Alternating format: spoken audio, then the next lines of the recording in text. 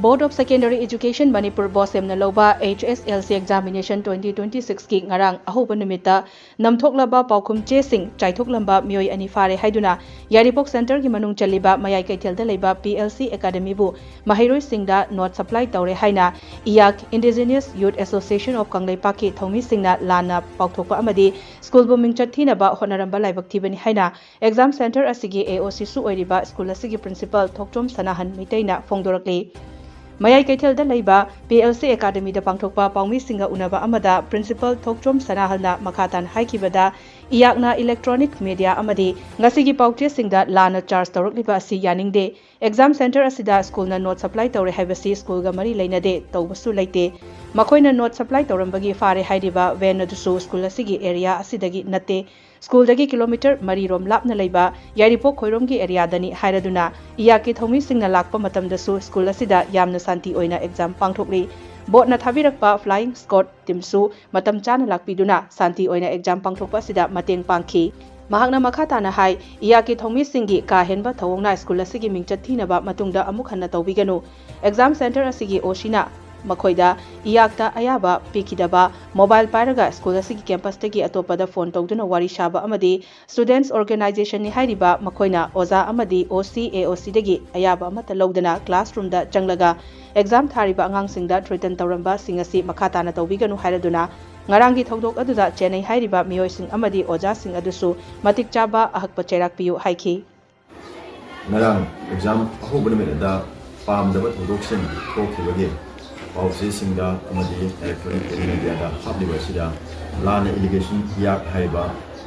Indigenous Youth Association Changlaga haiba IYAK asina lana allegation tawiba se yaningde haiba allegation asida school na exam center asina Maheiroi Singda not supply tawre haiba se school ka mari lende school na supply tawre selete makoina lakko matam da so exam asi yam peacefully bosem gi guideline makhada makoina thabiraiba inspection team flying squad sing makoi show yam phajana peacefully exam conduct tawse mate pangola pili makoi show leire angang sing asigi ka henba thawongna school asigi michat thinaba matungda mukhin su Toubiganu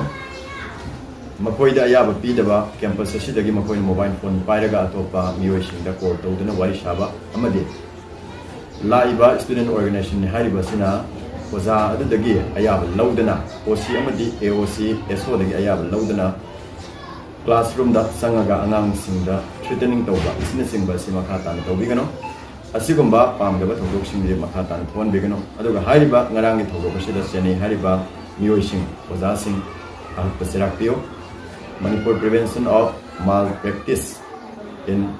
High School Living Certificate and Higher Secondary Education Act 2024 ge matungina Sienna Singh Ahpasirak Pio Hibisi School this site again. Amadi Center City, Yo City Michael de Pumnamata, Apple Tojo. Aduga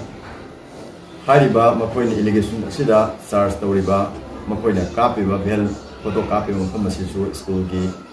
Anakpam from Sunate, Akoin Sing Nevada, Koirom Hariba, Zaga Aduki Mapam Moidon with Hidden Sine, Hariba Mafamasidi, School kilometer of Mali, Lapner Galevan Famni. School ga yamnam naknaba mari sunate asigumba school ga mari leinandaba amabo lana school asigi pau thokna bidamta honariba oza sing amadi IYAK organization bo matung tawbidana ba haidana school gi site gi kai khuna botse bogolena ampul tawji